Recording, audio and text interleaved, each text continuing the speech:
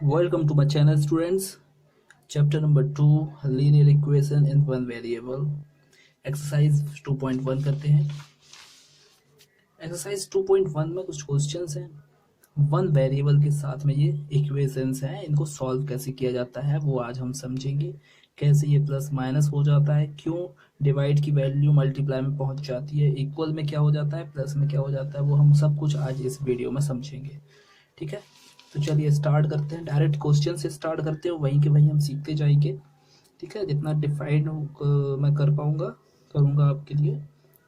तो x minus two equals to 7, ये हमारा क्वेश्चन है. ठीक है, तो हमको हमेशा ही इक्वेशंस में x की वैल्यू फाइंड करनी रहती है. ठीक है, याद रखना, हमेशा x की वैल्यू हमको फाइंड करनी है. ठीक है, और x की वैल्यू अगर हमको फाइंड करनी है तो वो एक साइड रहेगा, बाकी इक्वल के सब कुछ इस साइड रहेगा. समझ रहे हैं? इक्वल को हमको यहाँ रखना है और वो भी पॉजिटिव. बाकी सारी वैल्यू हमारी राइट हैंड साइड पे आ जाएंगी. तो इस टाइप से हम x की वैल्यू निकालते हैं. ठीक है, चलिए, तो इक्वेशन हमारी है x minus two equals to 7. ये हमारी इक्वेशन है, इसको सॉल्व करेंगे हम. तो x को यहीं रहने देते हैं. इक्वल लगा है तो इक्वल की जगह इक्वल रहने देते हैं, 7 की जगह 7 रहने देते हैं. और x के साथ कुछ वैल्यू है, प्लस में है माइनस में, वो देखते हैं. तो माइनस में वैल्यू है, माइनस में की अगर वैल्यू रहती है x के साथ -2 है तो ये -2 पूरा का पूरा उठकर इक्वल के हम दूसरी साइड फेंक देंगे.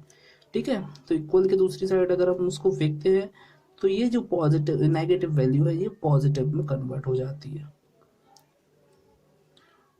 ये बेसिक है मैथ्स का. ठीक है, नेगेटिव वैल्यू इक्वल के उस साइड जाएगी तो क्या हो जाएगी, पॉजिटिव हो जाएगी. बस इतना याद रखना है आपको. हो गई. फिर देखो, ये इक्वल जाओ कहते हो 7 + 2 9. तो x की वैल्यू हमारे पास क्या आ गई, 9, क्योंकि x इक्वल्स टू 9 आ गया. ठीक है, ये हमारा पहला क्वेश्चन सॉल्व हो गया है. दूसरा देखते हैं इसी में. y + 3 = 10. y + 3 = 10. ये क्वेश्चन है, ये इक्वेशन है. अब इसमें x निकालना हो या y, वो वेरिएबल सिंगल ही तो है. ठीक है, इसको x बोल सकते हैं, इसी को y बोल सकते हैं. ये दोनों ही को हम वेरिएबल बोल सकते हैं और सिंगल वेरिएबल है. इसमें और कुछ दिख रहा है y के अलावा, कोई z या फिर x या फिर m y, ऐसा कुछ नहीं दिख रहा है, सिर्फ y है ना. तो सिंगल वेरिएबल है. y को यहीं रहने देते हैं, इक्वल को यहीं, 10 को यहीं. अब y के साथ क्या वैल्यू है, 3 है, वो भी पॉजिटिव है. तो हमको तो y सिंगल चाहिए ना भाई. तो ये +3 हमको यहाँ नहीं चाहिए. कहाँ चाहिए, तो इसको इक्वल के उस साइड फेंकना पड़ेगा. तो जैसे ही इक्वल के उस साइड अब उसको फेंकते हैं तो ये +3 अब क्या हो जाएगा, -3 हो जाएगा. क्या हो जाएगा, -3 बाहर जाके. ठीक है, तो वहां जा गया और हो गया -3. तो y तो यही, इक्वल तो यही का यही. इक्वल के नीचे इक्वल हमेशा बनाया करो. ठीक है, याद रखना. चलिए, अब 10 में से 3 तो माइनस करेंगे हम, आ जाएगा 7. वो भी देखना पड़ेगा पॉजिटिव आएगा कि नेगेटिव आएगा. तो बड़ी वैल्यू का साइन आता है. अब 10 और 3 में कौन सी वैल्यू बड़ी है, 10, और वो पॉजिटिव थी, इसलिए हमारा आंसर +7 आया. प्लस माइनस, क्योंकि माइनस होता है, ये प्लस है, प्लस माइनस माइनस होता है, बड़ी वैल्यू का साइन आता है, इसलिए आंसर आया 7. ठीक है, इसी में क्वेश्चन नंबर, चलो 3 देखते हैं. 3 तो इजी है, इसी टाइप का है. z को यहाँ यही रहने देते हैं. 2 हमारा पॉजिटिव है, इस साइड आएगा तो क्या हो जाएगा, नेगेटिव हो जाएगा, यानी कि -2. तो 6 - 2 हो जाएगा इक्वल्स टू z. ठीक है, और 6 - 2 करेंगे तो क्या हो जाएगा, 4 इक्वल्स टू z. तो ये हमारा आंसर हो जाएगा 3 का. 4 देखते हैं, क्वेश्चन नंबर 4. ठीक है, 4 करते हैं. 3y7 + x, 3y7 + x equals to 17y7. ठीक है, ये क्वेश्चन है हमारा. इसको भी बिल्कुल वैसे ही करना है. x को हमको यही रहने देते हैं और बाकी सारी वैल्यू को हम इक्वल के उस साइड फेंक देंगे. ठीक है, तो देखो x का क्या है हमारे पास, 3y7. ये पॉजिटिव है कि नेगेटिव है, जिसमें साइन नहीं रहता वो पॉजिटिव कहलाता है.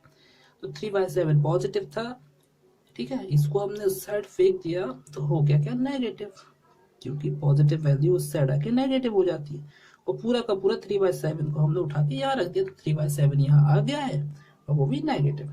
ठीक है, अब देखो इक्वल के नीचे इक्वल, एक्स के नीचे एक्स लिख दिया मैंने, और यहाँ पर नीचे डिनोमिनेटर सेम था इसलिए डिनोमिनेटर सेम ही रहते हैं। ठीक है, और ऊपर 17 था तो 17 ही रहते देते हैं, 3 का 3 रहने देते हैं। डिनोमिनेटर अगर सेम रहता है तो ऐसी ऐसी प्रोसेस कर लेते हैं। ठीक है, अगर डिनोमिनेटर सेम नहीं रहता तो फिर यूनिवर्सल प्रोसेस, इसका मल्टीप्लाई इसमें, इसका मल्टीप्लाई इसमें, और इन दोनों का आपस में। ठीक है, तो फिलहाल के लिए तो डिनोमिनेटर सेम था इसलिए हमने वही का वही लिख दिया। आगे 17 प्लस का है और 3 माइनस, प्लस माइनस माइनस होगा, यानी इनका माइनस करना है। 17 माइनस 3 14। उसके बाद देखते हैं साइन किसका आएगा, पॉजिटिव कि नेगेटिव। तो बड़ी वैल्यू है 17 इसलिए आंसर आएगा पॉजिटिव, क्योंकि 17 पॉजिटिव था और नीचे है हमारा पास 7। ठीक है, तो 7 1 जा 7, 7 2 जा 14, आंसर आया 2/1। नीचे 1 कभी लिखते नहीं इसलिए आंसर आएगा 1। तो x की वैल्यू आया 2। ठीक है, आया समझ में। चलिए अब क्वेश्चन नंबर 5 पे आते हैं हम। क्वेश्चन नंबर 5, हाँ ये देखो, 6x इक्वल्स टू 12। अभी तक हमारे पास x के साथ वैल्यूज या तो प्लस में रहती हैं या फिर माइनस में रहती थी। ठीक है, लेकिन अब हमारे पास जो x की वैल्यू है, x के साथ जो वैल्यू है वो है मल्टीप्लाई यानी कि इनटू में। ठीक है, तो अब ये 6 मल्टीप्लाई x है इक्वल्स टू 12, और जब मल्टीप्लाई में है तो इक्वल के उस साइड जाएगा तो अब ये डिवाइड में कन्वर्ट हो जाएगा। ठीक है, बताऊंगा अभी। 12 यही है, x इक्वल यही है, x यही है, और 6 मल्टीप्लाई में था तो कहाँ गया, इक्वल के उस साइड फेंका तो जो वैल्यू थी इक्वल के उस साइड उसके डिवाइड में पहुंच जाता है। फिर 6 1 6, 6 2 12, 2/1 यानी कि 2 आंसर। तो x इक्वल्स टू आंसर आया 2। अब इसको समझते हैं कि ये मल्टीप्लाई की वैल्यू इक्वल के उस साइड जाएगी तो डिवाइड में क्यों जाएगी। देखो सब कुछ समझते हैं, पहले प्लस और माइनस का समझते हैं। ठीक है, प्लस की वैल्यू अगर इक्वल के उस साइड जाएगी तो माइनस में कन्वर्ट हो जाएगी, माइनस की वैल्यू अगर इक्वल के उस साइड जाएगी तो प्लस में कन्वर्ट हो जाएगी। सेम कंडीशन ऐसा है, अगर इक्वल ये माइनस की वैल्यू अगर इक्वल की साइड फेंकनी हो तो प्लस की हो जाएगी, ये प्लस की वैल्यू अगर इस साइड से इक्वल में इस साइड में फेंकना हो तो माइनस की हो जाएगी। तो प्लस माइनस एक दूसरे के अपोजिट यहाँ पे वर्क करते हैं। सेम मल्टीप्लाई और डिवाइड भी वर्क करता है। अगर मल्टीप्लाई की कोई वैल्यू हो यहाँ पे इक्वल के उस साइड जाएगी तो कहाँ जाएगी, डिवाइड में, और डिवाइड की कोई वैल्यू है इक्वल के उस साइड जाएगी तो क्या हो जाएगी, मल्टीप्लाई में। अब मल्टीप्लाई इस साइड की कोई वैल्यू इस साइड जाएगी तो डिवाइड में हो जाएगी। ठीक है, तो ये x के साथ मल्टीप्लाई में था इसलिए के उस साइड गया तो डिवाइड में पहुंच गया, और बाकी हमने सॉल्व कर ही दिया है। क्वेश्चन नंबर 6 पे आते हैं। T by 5 equals to 10। अब ये क्वेश्चन है, देखो t divide by 5 equals to 10। आपको वैल्यू किसकी निकालनी है, सिंगल वेरिएबल t की। इक्वल को यही रहने देते हैं, 10 को यही रहने देते हैं। ठीक है, अब t के साथ क्या था, 5 था, वो भी डिवाइड में था यानी कि डिवाइड में, तो इक्वल के उस साइड फेंकेंगे तो क्या हो जाएगा, मल्टीप्लाई में कन्वर्ट हो जाएगा। तो ये डिवाइड ऊपर उस साइड जाएगा तो कहाँ जाएगा, 10 के मल्टीप्लाई में जाएगा, मल्टीपल बन जाएगा, और 5 10 जा 50, तो ये उसका आंसर हो जाएगा। क्लियर। चलिए क्वेश्चन नंबर 7 देखते हैं।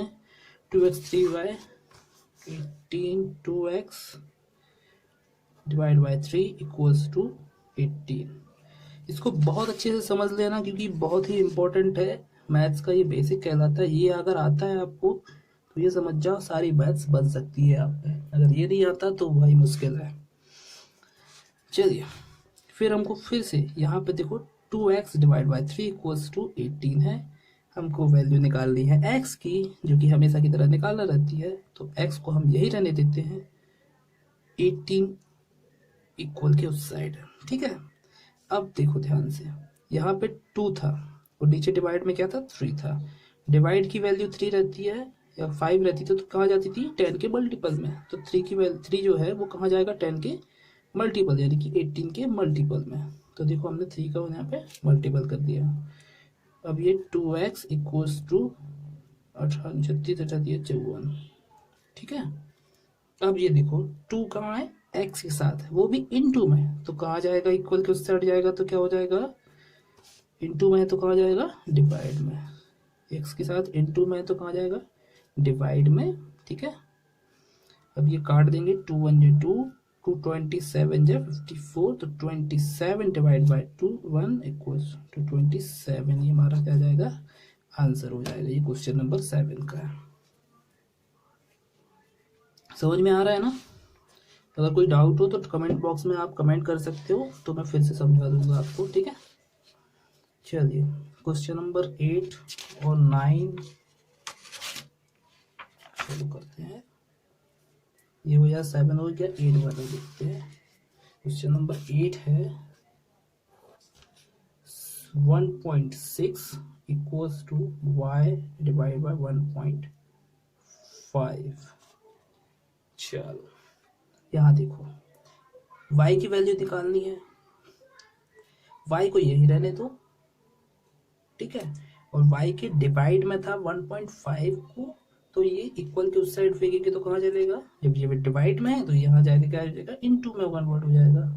तो 1.5 इनटू में कन्वर्ट हो गया, ठीक है। ठीक है, अब इसका हम मल्टीप्लाई कर देते हैं, या फिर आप चाहो तो ये डेसिमल हटा भी सकते हो, ठीक है। अगर डेसिमल को हटाना है तो क्या करना रहता है, इस डेसिमल की वजह से बच जाता है 1, और इसके बाद कितने नंबर्स हैं हमारे पास, तो 1 नंबर है, तो यहाँ पे एक 0, ये डेसिमल की जगह पे 1 और यहाँ पे कितना है तो एक 0। तो अब ये डेसिमल हट जाता है, क्या हो जाता है हट जाता है, मतलब 15/10 इंटू 16/10, ये हमारी वैल्यू बन जाती है। इसको हम काट सकते हैं, 5 से काट देना, 5 2 जा 10, 5 3 जा 15। इसको हम काटेंगे 2 से काटो, ठीक है, 2 5 जा 10 और 2 8 जा 16। उसके बाद अब कट रहा है, हाँ ये 2 से कट रहा है, 2 1 जा 2, 2 4 जा 8। अब नहीं कट रहा है तो 4 3 जा हमारा आ जाएगा 12 और नीचे 5 1 जा 5, तो ये हमारा आंसर हो जाएगा। y की वैल्यू आ जाएगी 12/5। क्लियर।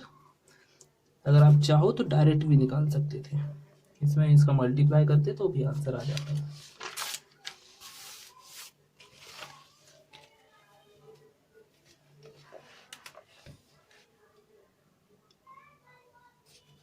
अब आया है question number 9, 7x minus 9, 7x minus 9 equals to 16।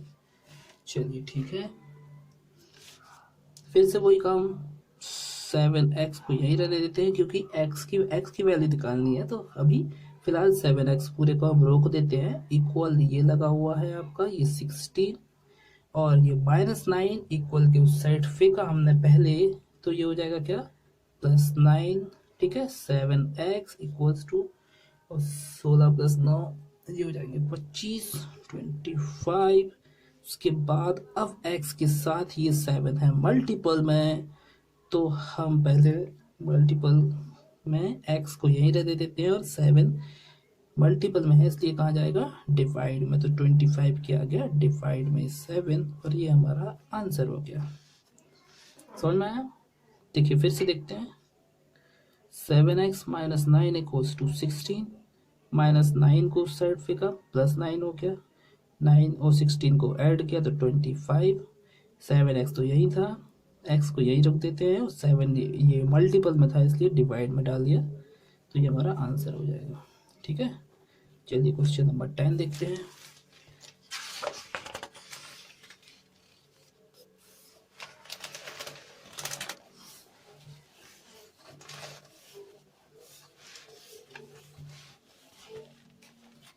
ये है आपका क्वेश्चन नंबर 10।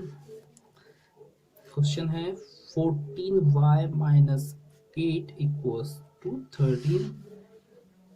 ये भी सेम क्वेश्चन है, 9 जैसा है, ठीक है। 14y को यही रहने देते हैं, इक्वल लगा दिया, 13 यहाँ लिख दिया, -8 था तो उस साइड जाएगा तो प्लस का 8 हो जाएगा, ठीक है। प्रोसेस वही है, इनको ऐड कर दो तो ये हो जाएगा 21। उसके बाद ये y को यहीं रहने दो 21, और ये 14 मल्टीपल में था इसलिए कहाँ जाएगा, डिवाइड में आ जाएगा। फिर 7 2 जा 14, 7 3 जा 21, तो आंसर आया 3/2। यही हमारा y का आंसर है। फिर आ जाते क्वेश्चन नंबर 11 पे। ये भी प्रोसेस वही है, ये भी आप कर सकते हो, इजी है। डायरेक्ट क्वेश्चन नंबर 12 देखते हैं हम। क्वेश्चन नंबर 12 है x divide by 3 plus 1 equals to 7/15। तो मैंने ये लिख लिया है, x divide by 3 plus 1 equals to 7/15, ठीक है। तो x/3 को हम यहीं रहने देते हैं फिलहाल के लिए, इक्वल लगा दिया मैंने 7/15 जो कहते हो। तो ये प्लस की वैल्यू थी, हमने इस साइड फेंका तो क्या हो जाएगी -1। क्लियर। अभी पहले इसको ही सॉल्व कर लेते हैं, x/3।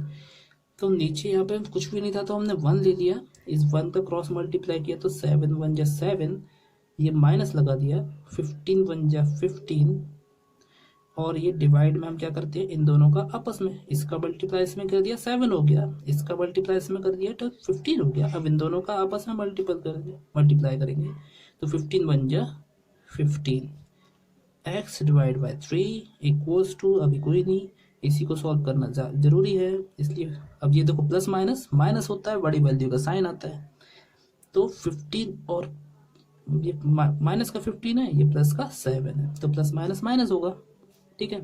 अब देखो 15 में से 7 जाएंगे तो कितने बचेंगे, 8। बड़ी वैल्यू का साइन आता है, 15 बड़ी के साथ 15 यानी कि माइनस आएगा, नीचे क्या है 15, ठीक है। अब देखो ये x की वैल्यू अब हम निकालेंगे, तो 3x के साथ डिवाइड में था, यानी कि अब इस साइड आएगा तो क्या हो जाएगा, मल्टीप्लाई में पहुंच जाएगा, तो हमने मल्टीप्लाई कर दिया, ठीक है 3 का। अब देखो 3 1 जा 3, 3 5 जा 15, ऊपर आ जाएगा 8 1 जा 8, नीचे आ जाएगा 5, और यही हमारा आंसर है। क्यों आंसर है, क्योंकि 5 से 8 को आप काट नहीं सकते ना, है ना, जैसे 2 और 3 को भी नहीं काट सकते थे, ये हमारा आंसर हो जाता था।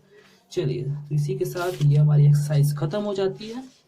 अगली वीडियो में हम नेक्स्ट एक्सरसाइज को डिस्कस करेंगे।